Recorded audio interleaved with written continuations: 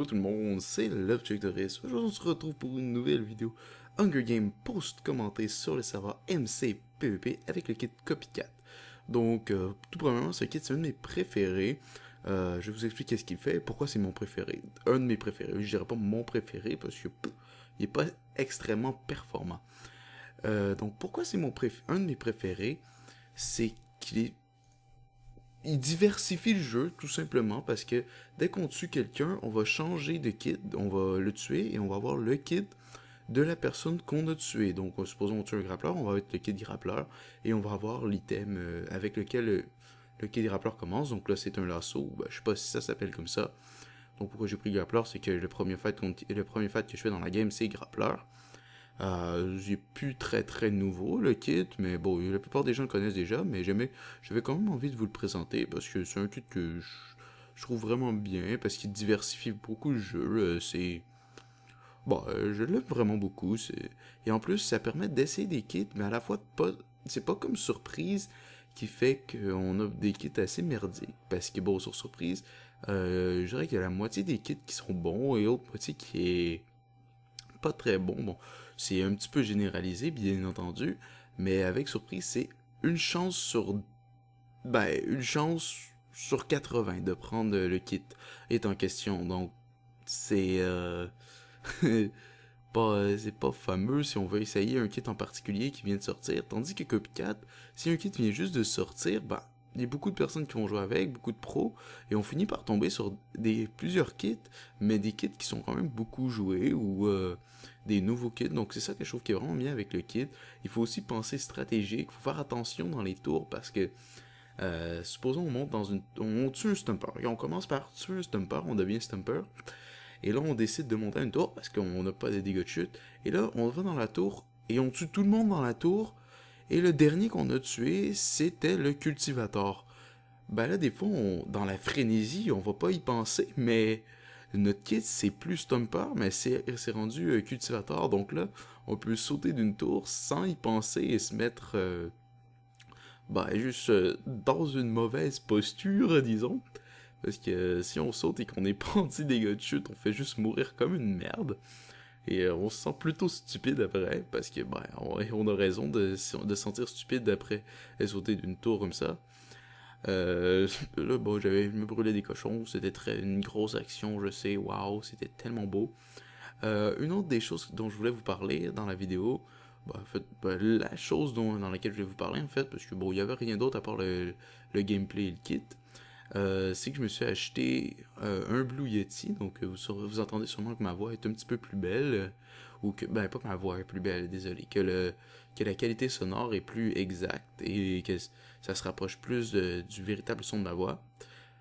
Donc là, ici, ce que j'ai décidé de faire, comme j'ai vu qu'il était non, donc là, je me suis senti futé, ok, d'y penser, mais bon, ça n'a pas marché, mais je me sentais quand même futé. J'ai vu qu'il était non, je me suis dit, je vais pas le tuer, comme ça j'aurai pas le kit non et je vais rester fireman.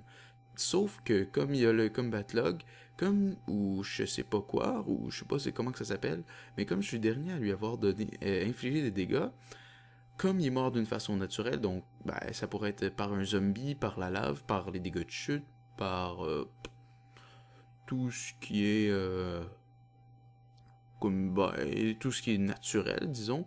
Et donc j'ai eu le kill. Donc moi j'étais fier d'y avoir pensé de tuer avec la lave pour ne pas devenir non. Bon, ça a pas marché, mais j'étais fier de mon idée, je tiens à le dire quand même. Donc par rapport au Blue Yeti, c'est juste, je voulais juste vous le dire que que je me suis acheté un Blue Yeti spécialement pour la chaîne. J'espère que vous verrez une différence. Faites juste me laisser dans les commentaires si vous voyez une différence. C'est tout. Ensuite, là, je vais commenter un peu le gameplay parce que j'avais vu aussi d'ailleurs que dans la dernière vidéo, les gens avaient vraiment bien apprécié. Bon, c'était pas la dernière vidéo, c'est genre la avant-dernière vidéo parce que c'était l'avant-dernière vidéo. Ok, donc là, ce qui s'est produit, c'est que j'ai eu à AFK et mon frère a pris l'ordi, donc c'est pour ça qu'il s'est... Donc lui, il joue à la molette, donc c'est pour ça qu'il s'est mis l'épée au sud dans le milieu, parce que il joue à la molette, et c'est plus simple pour lui de jouer à la molette comme ça. C'est pas trop grave, parce que... c'est ça, là c'est moi qui reprends l'ordi, je crois. Ah non, non, laisse faire. C'est lui qui fait juste repartir comme ça. Je sais pas qu'est-ce qu'il fait. Donc, ah oui, là c'est moi. Et quand c'est slot numéro un, quand j'utilise les slots comme ça pour organiser l'inventaire, ça, je sais que c'est moi. Donc là, je vois un full fer qui... et qui s'avère être gladiator, qui a plus de stuff que moi. Là, je dois avouer que j'ai quand même bien stressé. En plus, j'avais des petits lags. Il me donne le premier combo. Et sur MCPVP, moi, faut savoir, j'ai des lags. Je sais pas pourquoi, mais ma co est vraiment pas fameuse sur MCPVP. J'ai de la difficulté à faire des combos. C'est presque pire que sur des serveurs EU parce que je m'affronte des fois sur des serveurs EU et j'ai l'impression de moins laguer que sur les Hunger Games MCPVP. Donc, c'est un petit peu plus dur. Là, je réussis à reprendre un petit peu l'avantage. Je donne quand même un assez beau combo. Je me mets quand même assez à jour dans les soupes de pas non plus attendre d'avoir zéro soupe avant de me refill. J'ai pas envie de me mettre dans la merde. En même temps, c'est prudent parce que, bon, presque il faut le faire.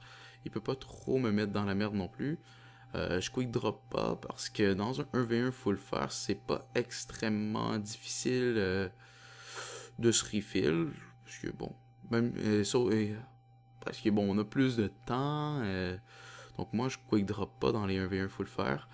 Là, ici, je commence vraiment à stresser. J'aurais pu mourir. Comment j'ai mal joué d'ailleurs, je tiens à le dire. J'ai vraiment mal joué à cet endroit. Je continuais vraiment de très mal jouer. J'arrêtais pas de passer proche de la mort. J'aurais dû quick drop et lui, je crois qu'il sait faire une soupe ou que je sais pas trop quoi, mais j'ai été chanceux, j'ai gagné le combat. Il s'en est fallu de peu.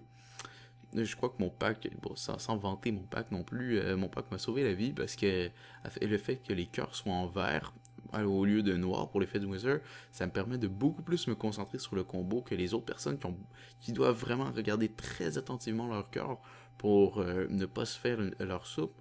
Donc, c'est pour ça que je trouve que mon pack, c'est une des principales raisons pour lesquelles je joue avec, c'est pour ça. Donc, parce que bah, les gladiators, il y en a beaucoup ces temps-ci. Euh, donc là, il m'a mis tellement de knockback que j'ai revolé en haut. Je sais pas comment j'ai fait. Euh, et là, je m'affronte. Et au début, je me suis dit que ça allait être facile. Mais quand j'ai vu qu'il était quand même avec un bon stuff fer comme ça, plus une épée en diamant, et je me ferais beaucoup. Cette game-là, j'étais très très rouillé. Je me ferais beaucoup. Je jouais comme une merde, ok? On se mentira pas. Et là, j'ai placé de la lave. Moi, je me suis refill, posé, et il est mort. Donc, si vous avez apprécié la vidéo, non, premièrement, j'espère que vous avez apprécié la vidéo. Si c'est le cas, laissez un like. Si c'est pas le cas, laissez un dislike. Si vous avez quelque chose à dire, il y a l'espace commentaire qui est prévu à cet effet. Et on se dit bye bye.